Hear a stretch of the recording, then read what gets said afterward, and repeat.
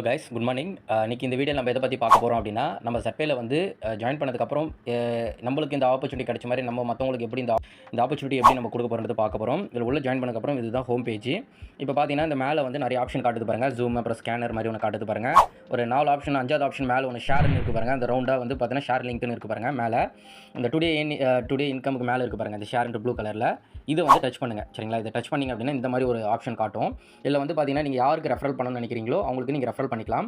Copy link பண்ணி இது copy பண்ணி அவங்களுக்கு பேஸ்ட்டும் பண்ணலாம். வாட்ஸ்அப்பில் வந்து அனுப்பிக்கலாம். இல்லைனா ஷேர் லிங்க்னு இருக்கு பாருங்கள். செகண்ட் ஆப்ஷன் இது கொடுத்தீங்க அப்படின்னா ஸ்ட்ரைட்டாக வாட்ஸ்அப்புக்கு போகும்.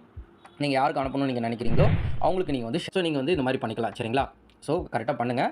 நீங்கள் அங்கே பண்ணதுக்கப்புறம் அவங்க ஸ்பான்சர் ஐடியில் அவங்க ரிஜிஸ்டர் பண்ணும்போது ஸ்பான்சர் ஐடியில் நீங்கள் வந்து ஆட்டோமேட்டிக்காக உங்களுக்கு வந்து உங்கள் பேர் வந்துடும். ஒரு வேறு வரல அப்படின்னா அவங்க ரிஜிஸ்டர் பண்ணும்போது கேர்ஃபுல்லாக வந்து ஸ்பான்சரில் வந்து பார்த்தீங்கன்னா உங்கள் மொபைல் நம்பரு இல்லை உங்கள் ஸ்பான்சர் ஐடி அப்ளை பண்ண சொல்லுங்கள். சரிங்களா? அப்படி பண்ணால் மட்டும்தான் உங்கள் டீமில் வந்து உங்கள் டவுன்லைனில் வருவாங்க. சரிங்களா?